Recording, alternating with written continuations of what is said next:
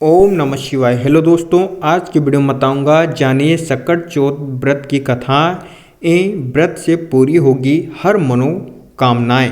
इन सारी बातों को जानने के लिए मेरे साथ वीडियो के अंत तक बने रहें।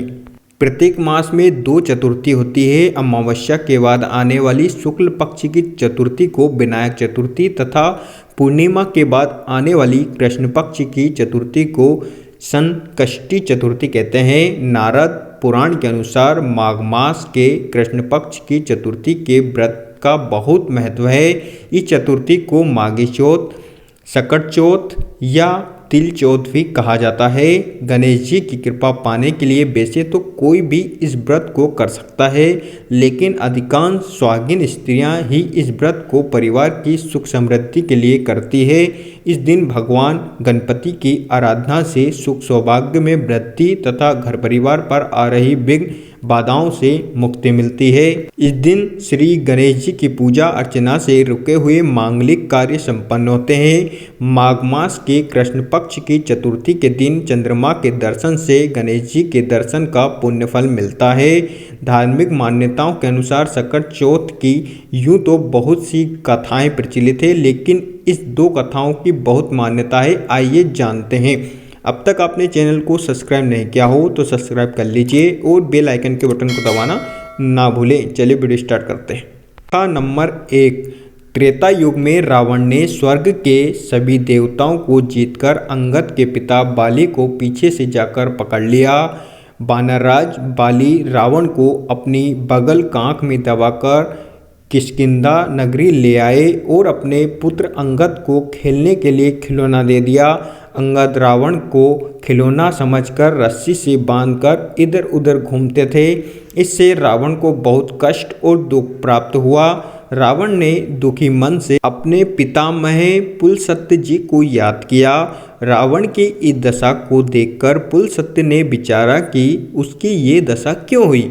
अभिमान हो जाने पर देव, मनुष्य, असुर सभी की यही गति होती है।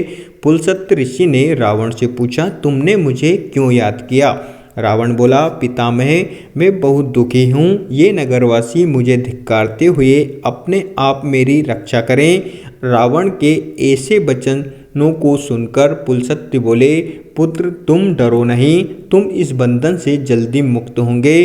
पुलत्स्य ने कहा कि तुम विघ्न विनाशक गणेश जी का स्मरण करके व्रत करो।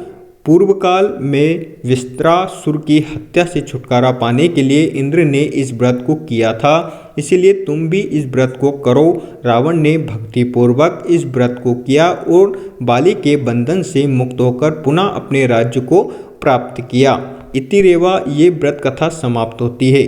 कथा नंबर 2। पौराणिक मान्यता के अनुसार एक बार देवों के देव महादेव ने शिवजी ने कार्तिकेय व गणेश जी से पूछा कि तुम में से कौन देवताओं के कष्टों का निवारण कर सकता है। जब कार्तिकेय और गणेश जी दोनों ने ही स्वयं को इस कार्य के लिए सक्षम बताया। इस पर भगवान शिव ने कहा कि तुम दोनों में से जो भी सबसे पहले पृथ्वी की परिक्रमा करके आएगा वही देवताओं की मदद करने जाएगा। मोर पर बैठकर पृथ्वी की परिक्रमा के लिए निकल गए, परंतु गणेश जी विचारमग्न हो गए कि वे चूहे के ऊपर बैठकर सारी पृथ्वी की परिक्रमा करेंगे तो इस कार्य में उन्हें कितना समय लग जाएगा। तभी उन्हें एक उपाय सूझा। वे अपने स्थान से उठे और अपने माता पिता की साथ परिक्रमा करके वापस बैठ गए। परिक्रमा करने के लौटने पर कार्तिकेय स्वयं को विजयी बताता। शिवजी ने गणेश जी से पृथ्वी की परिक्रमा न करने का कारण पूछा। तब गणेश जी ने कहा, माता पिता के चरणों में ही समस्त लोक है। ये सुनकर भगवान शिव ने गणेश जी को देवताओं के संकट दूर करने की आज्ञा दी और गणेश जी को आशीर्वाद दिया कि चतुर्थी के दिन जो तुम्हारा श्रद्धापूर्वक पूजन करेगा और रात्रि में चंद्रमा को अर्घ्य देगा उसके सभी कष्ट दूर हो जाएंगे।